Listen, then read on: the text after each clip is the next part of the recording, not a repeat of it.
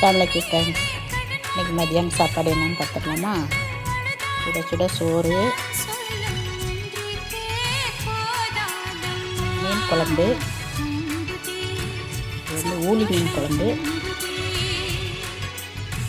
வெங்காயம், தக்காளி, தேங்காய் இது எல்லாம் அரைச்சி ஊற்றி வச்ச குழம்பு.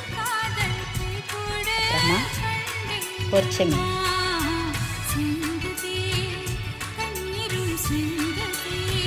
பொரிச்ச மீன், அதுக்கப்புறமா அப்பளம்.